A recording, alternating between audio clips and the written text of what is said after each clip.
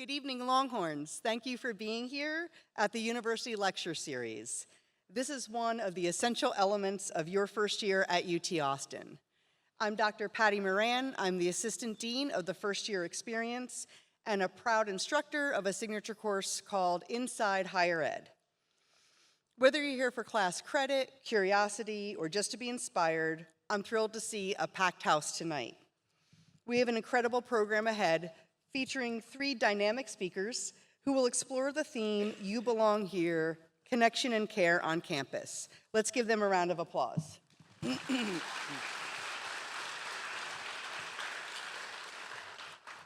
Their stories, insights, and research will challenge you to think deeply about your place in this university and the world beyond it.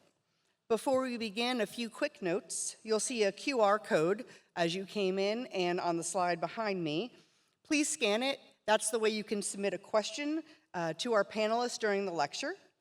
After our final speaker, we'll wrap up with a short Q&A session, so please stay seated until the evening officially concludes. We promise we will finish by 7 p.m., including the Q&A.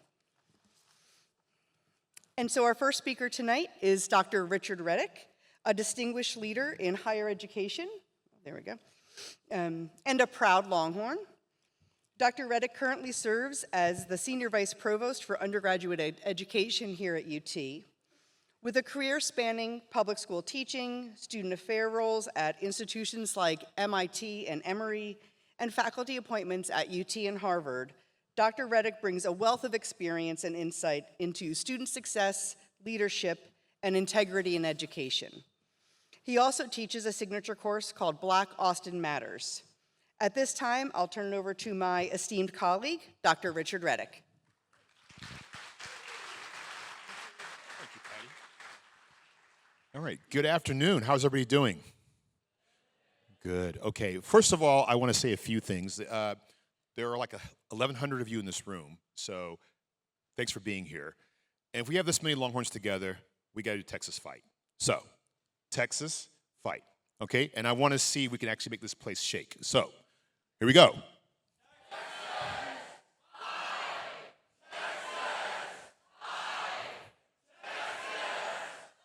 One more. Oh, wow. What do y'all think? Okay, it looks like a draw. Very, very good, very good. Okay, so greetings, UT 29. Where are you, UT 29? Let me hear you. All right, yeah. Okay, 28, are you in the house as well? A couple of you. Okay, I see you. 27? Yeah. 26. Congratulations, you're almost done. Awesome. Okay, so I also want to shout out my students in Black Austin Matters, the BAM fam. Are you in the house? Where's my BAM people? Yes, with gusto. Appreciate that. So they helped me with a speech, so I want to make sure that they get a shout out. So I want to talk about my research, which is on mentoring. And mentoring is really what we call a subset of developmental relationships and networks. So part of your experience at UT is to build those things out, right? We want to make sure that you come here and you come here with new people to connect to and so on and so forth.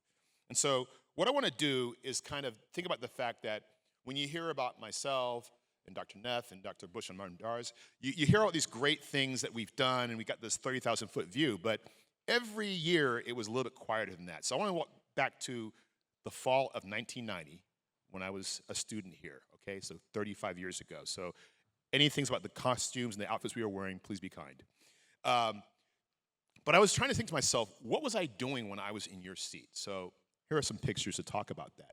So upper left-hand corner is a picture of me and my mom, and that's to represent the idea of family. Like, you worked really hard to get here, but I'm almost certain that somebody at your house helped you get here as well, right? Don't forget them, right? They're still part of your journey. As I always say to parents, I have to remind you, please text, FaceTime, email, whatever, to make sure they know what's going on, and invite them to come and see you in your element, because they're really proud of you, and more importantly, they got you here, and they'll get you through this institution. The other thing I want to make sure I talk about is what we call our core values. There's 6 of them: learning, discovery, freedom, leadership, individual opportunity, and responsibility. And I think this is all kind of keyed into these pictures. You'll see how these things work out. The next one I want to show you is the one on the far right, which is in the upper right-hand corner. That's from the Cactus Yearbook, and that's me looking really cool in the front with a cool dashiki on. And that was me being part of the leadership board, and that was an organization that came out of the Texas Union. And I want to talk about the Texas Union for a while because the Texas Union, you all belong to it. And I know you go there for, Panda Express, but there's more going on than that. Of course, Texas Union Underground, where the bowling alley is, but there are activities and programs that come out of there, speaker series, fun events, concerts. And the great thing about the Texas Union is that you don't have to be a certain year or a certain major or a certain college. Basically, if you're a student here, you can get involved. So I encourage you to get involved in some way with the Texas Union. And by the way, this building right here, the Hogg Auditorium, is part of the Texas Union. So if you like this kind of setup, you like to do something in here, you can get involved that way. Let's look at the bottom left-hand corner. That is a picture of me as an orientation advisor. Now, how many of you had an incredible orientation experience? All right, raise your hands. Okay, a lot of hands going up. Great, fantastic. Probably the biggest part of that was having your OA, right? Your orientation advisor. You see him on campus, you're like, hey, how's your OA? So I was a first-generation college student, and I came to UT, didn't know any of the PCL, FAC, I didn't know what that stuff meant. And one of my mentors said to me, the best way to get to know a place is to actually become a person who welcomes people to this place. And so I applied to be an OA, and I was like, well, I'm not super rah-rah, look at me, I'm kind of low-key kind of guy, truly. And I realized that orientation advisors come in many shapes and sizes, right? Different personalities, different majors, different backgrounds, because we want people who represent the students we have. So I became an orientation advisor and learned all the cool things about the University of Texas, their traditions, and I had the experience for the rest of my life having people come up to me and say, you were my OA. This actually happened to me.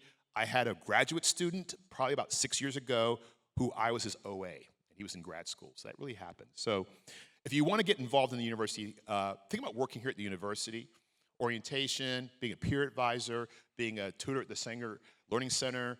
Those are great opportunities to have. We also know the research tells us that if you work on campus or near campus, it has a great impact on your academic success and your sense of belonging.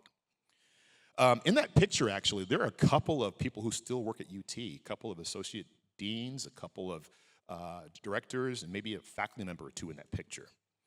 So the picture in the top middle, I'm wearing a cowboy hat. Now, if you recognize that shirt and hat, if you watch Bevo on the sidelines, some people call the Silver Spurs take care of him, and that's what I did. And so if you told me at the age of 18 that I was going to be wearing a cowboy hat and boots and spurs, I would not have believed you. But one of the coolest things I did in college, and to this day, it's something that people always say, hey, you have that cool mascot Bevo. I'm like, yeah, I took care of him. They're like, no way. Did you ride him? Of course not. And by the way, Bevo is not drugged. People often think that's the case. All right, let's move forward a little bit further. Okay, so I mentioned some organizations, spirit organizations to get involved in. But if you're thinking to yourself, I don't see the thing I want to get involved in, you can start your own organization. It takes 3 people to start an organization at UT. And so in the upper left-hand corner is a picture of me and a group of men who formed a group called the Texas Blazers. And that was a group that we just kind of said, we need to have a service organization that focuses on these things. And if you go to events at UT, you'll often see Texas Blazers there. They wear blazers and orange ties. And that started 35 years ago. And honestly, we had no idea it would go on this long. But that's the great thing about starting organizations, that a lot of times, if that interest is an enduring interest, it'll continue. So just know that if you have an idea or something you're interested in getting involved in, you can start it here as well. In the middle, Wheel of Fortune. How many of you watch Wheel of Fortune? Are you good at Wheel of Fortune? All right. Well, so I went to campus one day, and I saw something in the text and saying, Wheel of Fortune is coming to campus. And I thought, oh, they're going to do like a Wheel of Fortune on campus. That's kind of cool. We're in some books. And they started mentioning Pat and Vanna. I'm like, oh, this is the real deal. So long story short, I went and tried out, and I got to be in the interview stage. And they said to me, why should we choose you to go on Wheel of Fortune? I'm like, well, I'm an orientation advisor. I'm a resident advisor. I know a lot of students. So if people get me on TV, they'll watch it, right? And it worked. And so I got to go on Wheel of Fortune on the college week in 1993. We won $50,000 in scholarship money for UT. So if you have a scholarship at UT, you're welcome. Help you get some of that. And I also won $35,000 for myself, which is nice.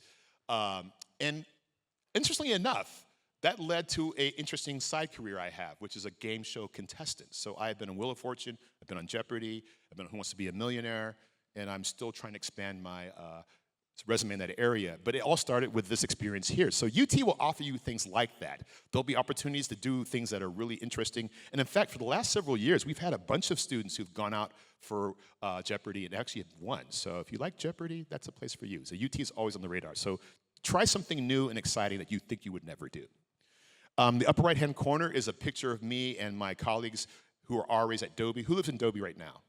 Okay, 21st floor, anybody? You live on the 21st floor? That was my floor. Okay, awesome.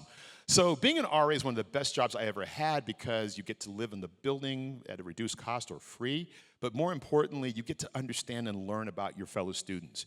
You are the front line for so many things: roommate disputes, grade problems, problems at home, relationship problems, and you're really there to help and be a sounding board. And I just learned so much about working with people from that. And it's an incredible job to have. It's a lot of work, it's sometimes stressful, but it's something that really helped me bond with people. And those folks in that picture are some of my best friends to this current day. My wedding party was comprised of like half RAs. So if you want lifelong friends, think about being an RA. There's lots of places you can do that. And the coolest thing I did in college, maybe even as cool as being on Wheel of Fortune, was being a cartoon character. So my buddy Carl Greenblatt did a cartoon strip in The Texan, and he put me in it, and that's me. Long fingers, that's me. I was bald back then. And it's really cool because not only is it a cool cartoon, and I had a cool role, but Carl goes on and becomes an animator. So if you've ever heard of the show Chowder, he invented that show. And there's a show called Jellystone that he does right now that is on HBO Max. And I'm just saying, in this room, there's the next social media influencer, the next big author or actor. We tend to have a lot of actors at UT for some reason. So in this room, somebody's going to be that person. It might be you. So just know that you're making friends that end up doing really cool things. Okay. So, like any good speech, I have some tips for you at the very end. Okay. First of all, run your race at your own pace. And you know, I talked about a bunch of stuff I did at UT. It took me a long time to do that. It took me 5 years, okay? It took me a long time to do those things. So don't think you have to do everything in your first year.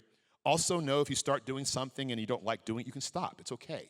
And don't be thinking the person next to you who's involved in 2,000 activities is your role model. If that's what you want to do, great. If you want to be in one thing and do one thing only, that's great too. But just make sure you do it the way you want to do it. Building community is super important. I'm a big believer that you should make a goal for yourself every semester. Try to make 2 friends who are peers, 2 friends that are staff members, 2 friends that are faculty members, and 2 friends in the community, right, outside of UT. Because that way you'll build sort of we call it a constellation of support, right? Mentors, role models, people you can lean on for certain things. But if you do that, and you'll probably do more than that, but if you have that goal, you'll at least make sure you have a big community around you when you leave UT. Access the resources you pay for. Super important. You pay student fees for tutoring, for counseling, mental health center. Make sure you take advantage of those, right? If you go to an office and say, what do you guys do? How can I get those things? How can I use those things? Because you're paying for that, right? Really important. You belong. You're unique. We don't make mistakes in admissions. We don't. If you're here, you belong here, and you're bringing something unique to this campus. And so just know we need you here. So anytime you're like, I don't feel like connecting in the right way, I need some support, please ask for it. And you can ask anybody. Anybody who works at the university has a way of supporting you, and know that we're here to do that for you. I think the last thing I want to say is get involved and make sure you bring your full self to the involvement, right? You're here for a reason, and your unique experiences, your background, your opinions, your perspectives are needed. So please don't hesitate to be who you are truly. And I think with that, I've given you lots to think about. So let me just end this by saying we expect a lot from you, but you're going to do amazing things. We're here to support you. So I will tell you, hook 'em horns and go UT 29, 28, 26, and 27. Thank you.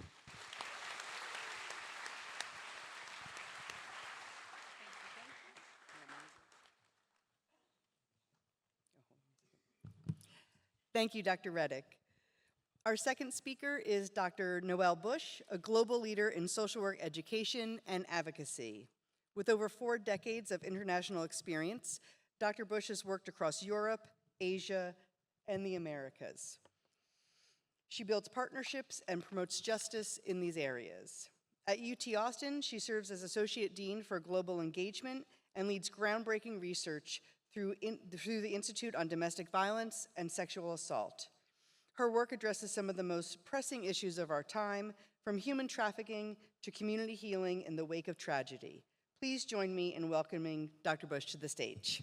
Really good? Good.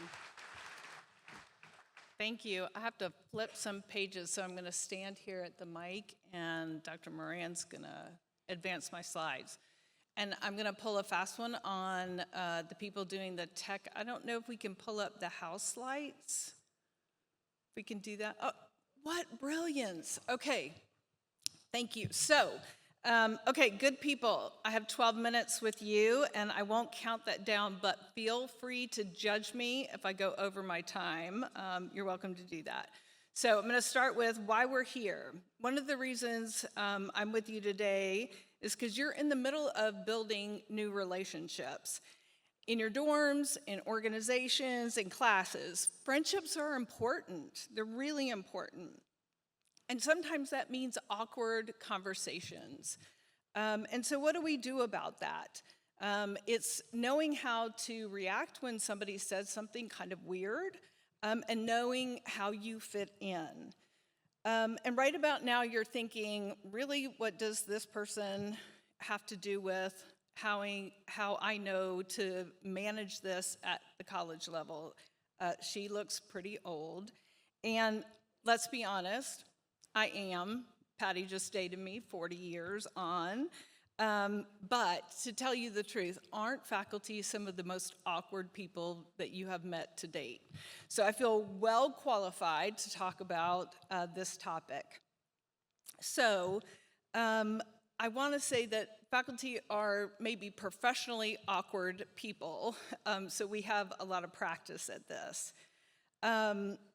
I'd like to ask you, the reason I asked for the lights to go up is I want you to help me with an activity.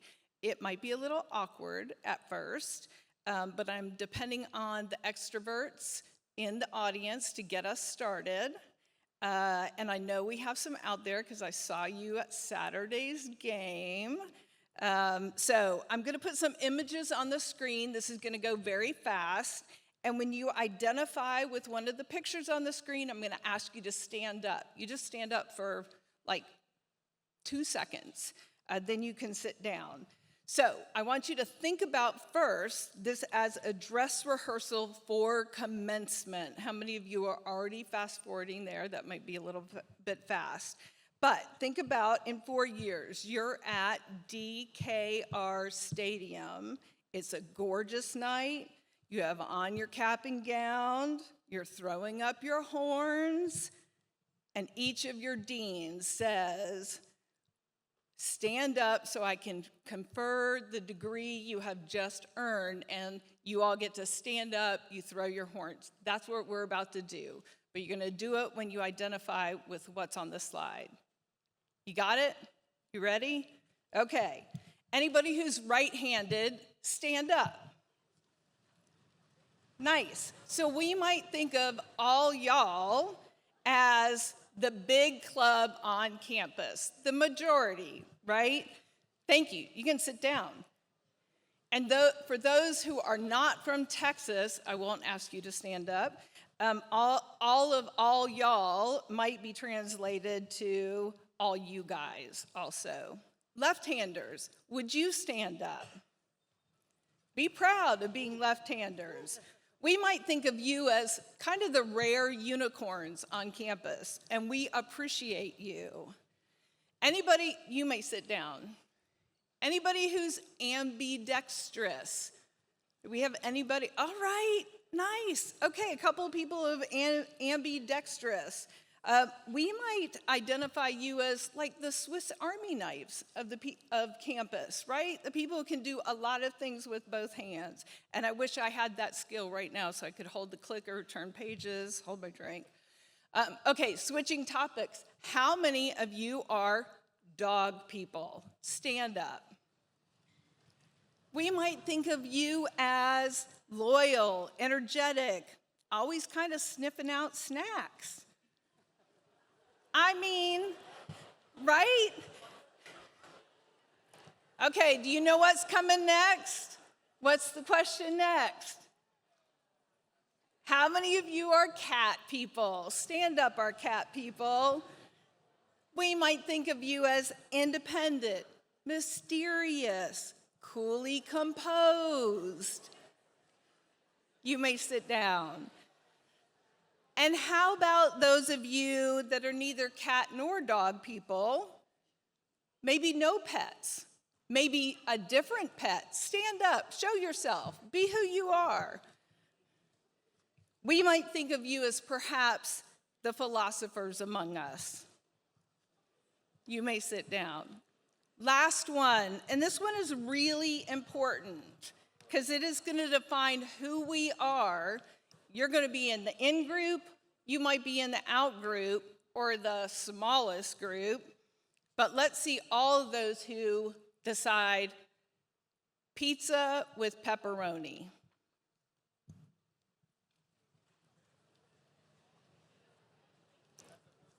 Nice. Look around, see who's in your group, where you belong. You may sit down. And who's in the group pizza with pepperoni and pineapple? I think you can forward, Patty. Okay, just pizza. Rich says just pizza. Can you go forward, Patty? Okay, there are slides missing. Okay, so what we've done already is we've practiced the idea of finding our people, right? We had just a couple of questions that helped us start grouping who we are, who we identify. And in the next 6 minutes, I'm just going to talk about 4 themes around that. And then I'll be really glad to turn it over to Dr. Neff. Theme number 1 is the road is good. In her memoir, Dr. Uzo Aduba, you might recognize her from a number of shows that she acted in, tells a story of hiding her Nigerian name when she was young because she really wanted to fit in. Later, she reclaims that full name, Uzo Amaka. It became a turning point for her as she tells her story. She decided that her culture and her story deserved to be heard. And that's what I want you to think about when you're on this campus of over 50,000 students. You deserve to be heard for who you are, wholly who you are. So the lesson here is the road is good, not because it's smooth, but because it's yours to walk. College life is full of bumps, dating drama, how many pop quizzes you might have missed and how you might make those up. Does your professor actually give extra credit? And what position you're going to negotiate to get in that big ticket queue in a better way, and perhaps homesickness. So you're not going to be in control of all of that, but you will get to decide how you show up, and that's what makes the road good. Theme number 2, why are conversations so darn hard? The authors of Crucial Conversations say conversations become crucial when 3 things happen. They collide, in fact. The stakes are high, emotions are strong, and opinions differ. Now, that probably doesn't sound familiar to any of you. Happens in my life quite a bit. But think about roommates' experiences, group projects, or a text chain where something feels or goes awry. In new communities, everyone seems to perform confidently on the outside, but really secretly on the inside, we're asking ourselves, what's going on here? Do I really belong? There's so many other why questions that go on in everybody's head. It's not exclusively the questions you're asking yourself. So when disagreements pop up, you might feel like you're in a tough place, and you might feel a little uneasy about that. That's why it's hard. Theme number 3, it's out of your control. So what do you do when feelings are out of control? Here's the truth. You can't control your roommate being blind to dirty dishes in the sink when it's their turn, your professor's little quirks, or your group partner who thinks that a due date is actually just a suggestion. But you can control how you show up in that conversation. I'm going to give you 2 simple tools. You might try, help me understand, in your beginning sentences. Those words turn an argument into curiosity. The second try might be, this is awkward, but it's important to me. Naming awkwardness usually makes people just exhale.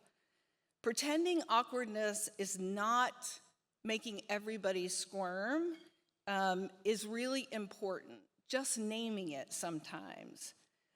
Maybe actually don't start with, we need to talk, because that phrase terrifies anybody, no matter what age you're at. So avoid that sentence. And theme number 4, belonging and difference. Back to Uzo Amaka. When she reclaimed her full name, it wasn't just about spelling out her full name. It was saying, I deserve to be here as my full, whole self. So that's your work here too, on these 40 acres. Belonging isn't about everybody being the same. It's about making space for each other's names, our food, our histories, our stories. It's about including those rare among us who really enjoy pizza, pepperoni, and pineapple. That's me among those few of us in the room. So when conversations get tough, remind yourself you don't have to erase differences. We need to find ways to really respect those differences. So let's bring it home with 4 takeaways. The road is good even when it's bumpy. Crucial conversations are awkward, but they're survivable. You can't afford everything. You can't control everything, but you can control how you show up. Awkwardness is universal. Laugh at it, name it, move through it together with your trusted friends. Your road is good. Walk it with curiosity, honesty, and humor. Hook 'em. And that's it.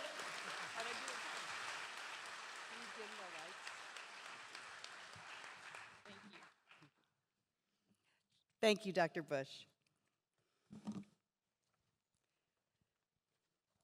Our final speaker of the evening is Dr. Kristen Neff, a trailblazer in the field of psychology and one of the world's leading experts on self-compassion. Over 20 years ago, she developed the first empirical framework to study self-compassion, sparking thousands of research studies and changing how we understand emotional well-being. She is also the co-founder of the Center for Mindful Self-Compassion and has helped bring this powerful practice to people around the globe. Please join me in welcoming Dr. Neff. Thank you. Okay, thank you. Thank you so much for inviting me. So there's been some really nice talk about how you can help fit in, feel you belong here at the university. And I'm going to talk about something a little bit different, which is about how the way you relate to yourself has a big impact on your feelings of belonging. So I'm talking about, I call it the power of self-compassion, and in fact, it's really a superpower. So when you learn how to support yourself with compassion, it's a superpower that will dramatically help your ability to deal with difficult moments and also support your well-being. So what is self-compassion, right? So really, if you look at the Latin roots of the word, passion means to suffer, com is with. So it's basically, how do we show up in those difficult moments? Please raise your hand if you've experienced any difficult moments or emotions or thoughts over the last month or so. Right? So this is life. That means you're human. I'm glad none of you are robots, right? So as human beings, life's difficult. We feel badly about ourselves. We make mistakes. We feel inadequate. We feel nervous. We feel anxious. And also, the external environment is difficult. It's stressful. You're busy. There's a lot of work on your plate. And so how you show up for yourself at those difficult moments makes all the difference in your ability to cope with those difficult moments, okay? So one way to thinking about what self-compassion is, when those difficult moments arise, again, you're stressed for a test, or you just get blown off by that person, or you're feeling homesick, or something else difficult is happening. Are you a good friend to yourself or not? So self-compassion means treating yourself with the same kindness, care, and understanding you would more naturally show to a good friend. And it just may be worth checking in with yourself about that. Think about how you treat your friends when they're upset or feeling badly about themselves, and how you treat yourself. And if you're like most people are much more harsh. They say cruel things to themselves that they would never say to anyone they cared about. Okay, and when we do that U-turn, when we start to treat ourselves more like a good friend, it makes a big difference. So in my model of self-compassion, because 20 years ago when I got to UT Austin, I decided I wanted to research self-compassion. By the way, the reason I got interested in it is I learned about it in my personal life, and it made such a big difference for my ability to cope with this tough stuff. I wanted to research it to show it actually did help. So in my model of self-compassion, there are three main elements. You might say these are the three pillars of self-compassion. It's like a stool. You need all three legs for it to be stable. The first is actually mindfulness. Please raise your hand if you've heard of mindfulness.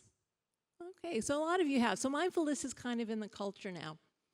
So mindfulness refers to our ability to be present with what is. In other words, to be aware of what's happening as it's happening, without ignoring it or avoiding it, or without being lost in it and carried away by it.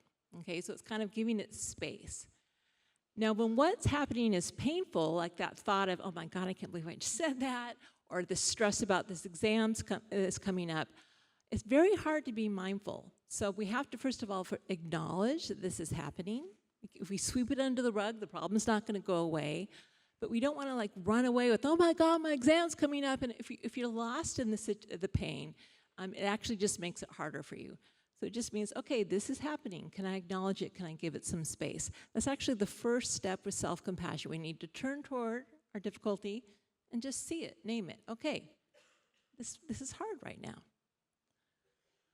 Okay, and then once we notice that something's painful is happening to us, or it's a difficult thought, we need to relate to ourselves with kindness, warmth, and understanding. Again, be a good friend to ourselves. Instead of just blaming ourselves, like it's my fault that this is happening, or I'm not up to the task, we treat ourselves like a good friend. We ask ourselves, what do I need in this moment? How can I help myself to the best of my ability in this moment? So we react with mindfulness, with kindness.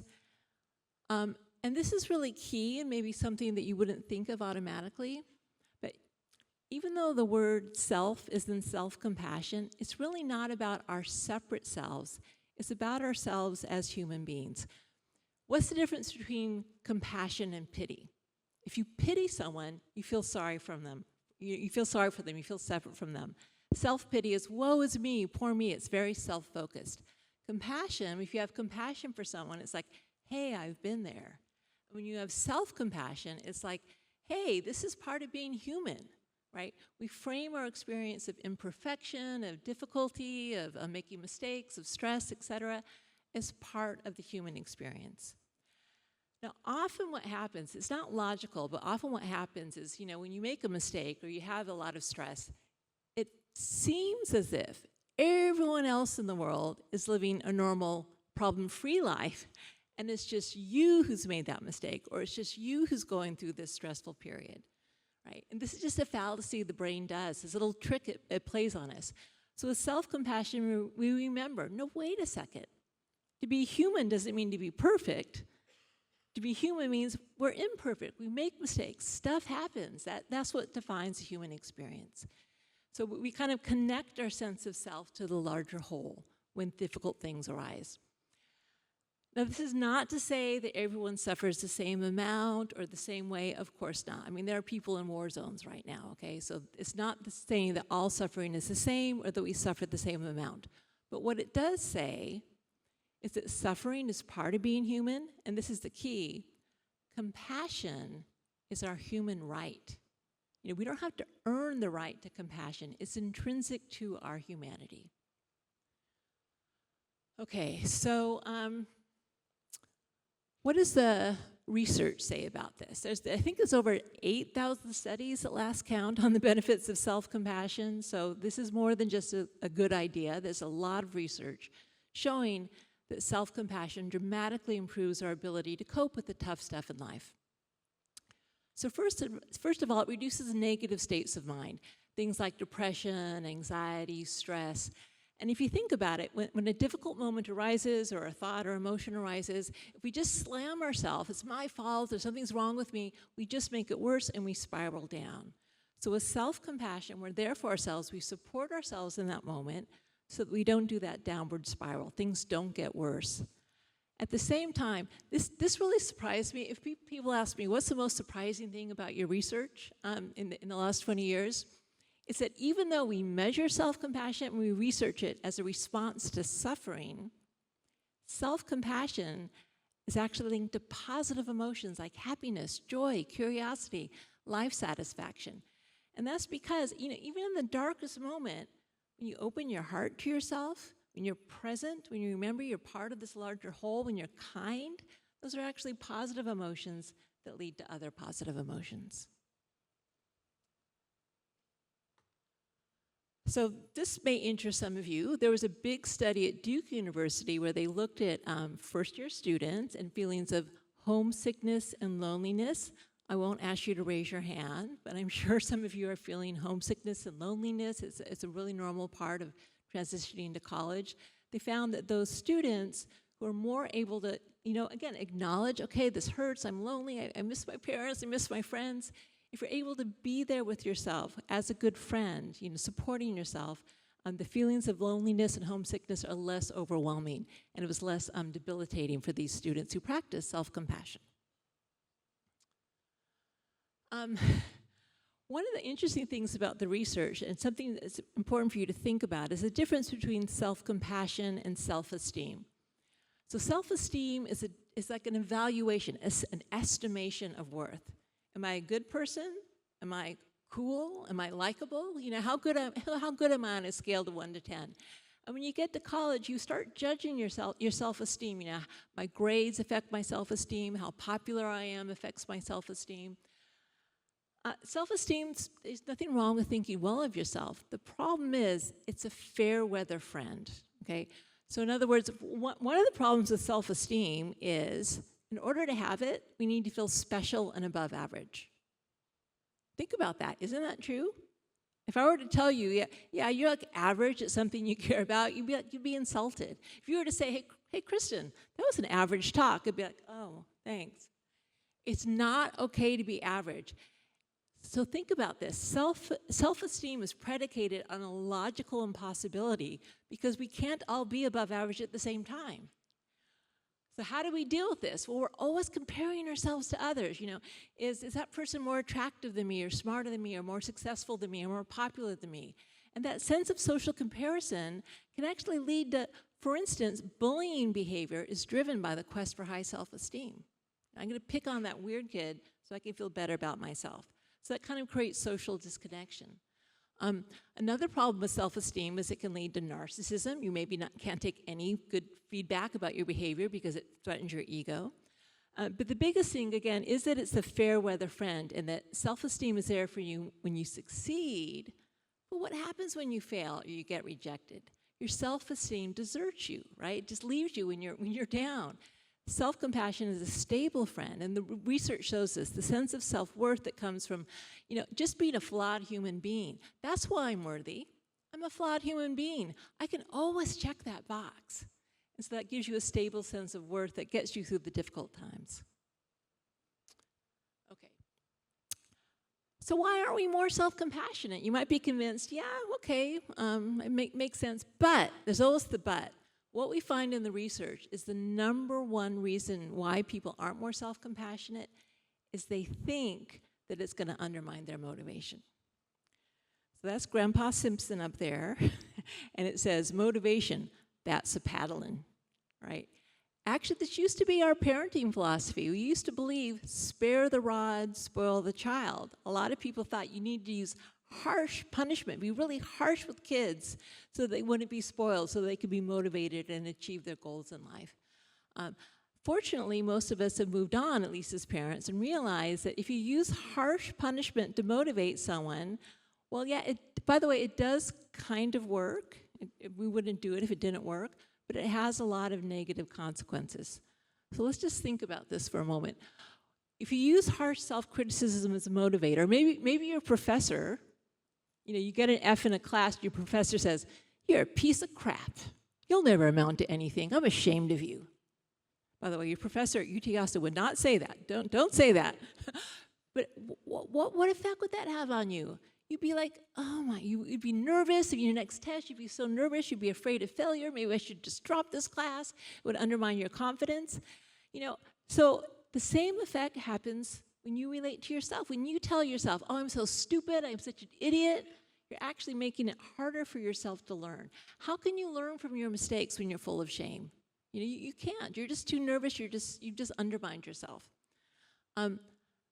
Compassion is a more effective motivator. Now, maybe if you failed, it's not saying, oh, who cares, because that's not compassionate. No, you want to get good grades, but it's saying, first of all, okay, you failed. Oh, man, that hurts. It hurts to fail. No one likes to fail, but everyone does it. And more than that, that is how we learn. How can I help myself? How can I support myself? Do I need to get a tutor? Do I need to reach out to someone? And so when you give yourself that sense of safety, you put yourself in a better emotional mind state to actually learn from your mistakes. And research shows, and I know I'm out of time, but one last study, we taught self-compassion to NCAA athletes, and second best is not good enough. If you have got to be number one if you're a college athlete. So we taught them how to be compassionate toward themselves when they had failures in their game, and it actually improved their performance. So as you go through this year, just know you have this superpower in your back pocket. Just treat yourself like a friend. Just say, what would I say to a good friend right now who is experiencing the same thing I am? And if you do that, I promise it will help. Thank you.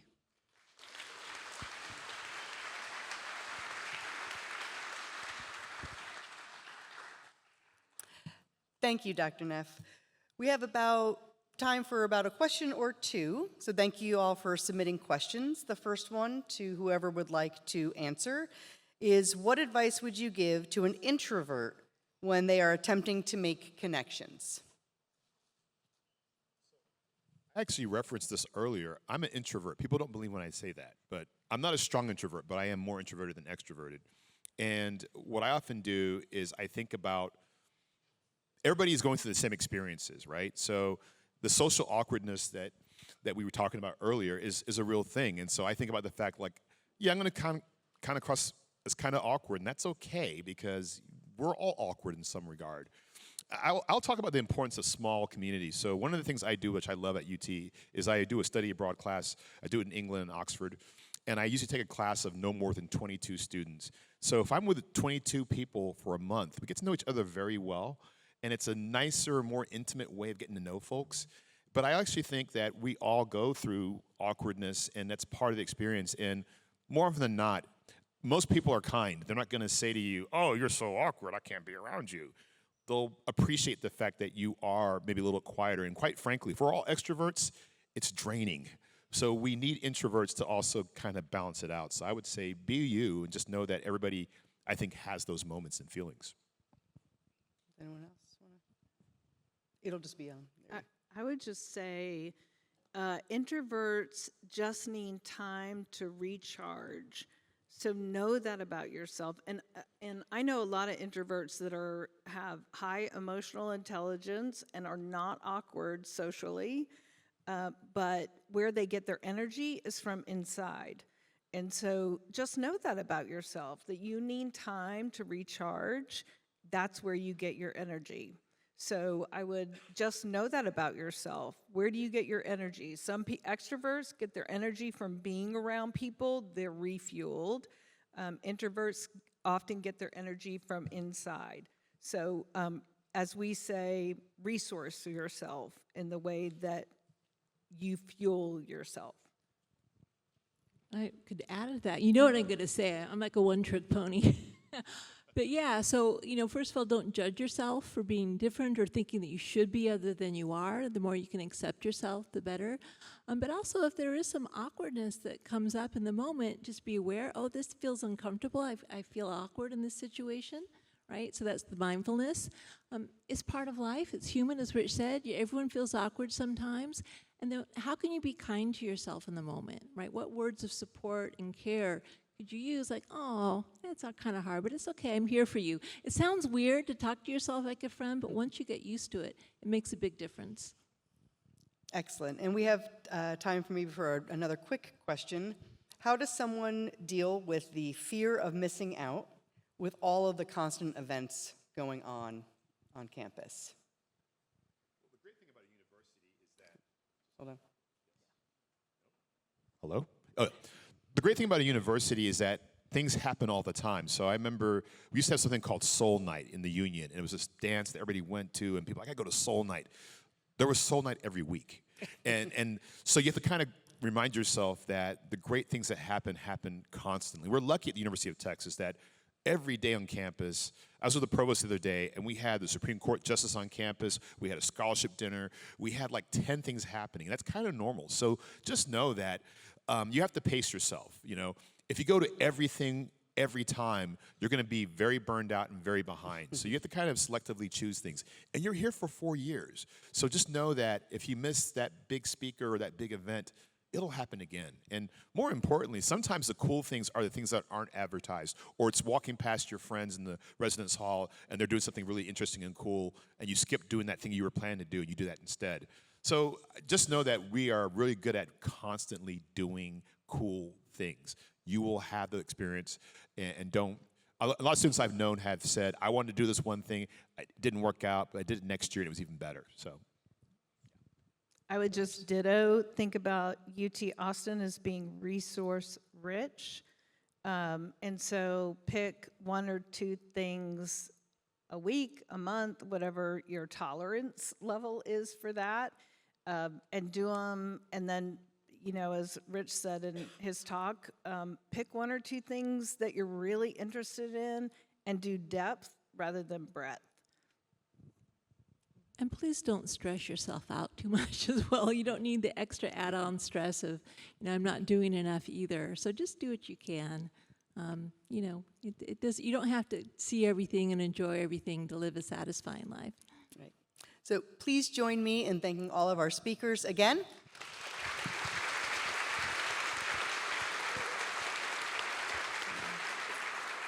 And thank you for attending the 2025 University Lecture Series. We hope you have a great rest of your semester, and hook 'em horns.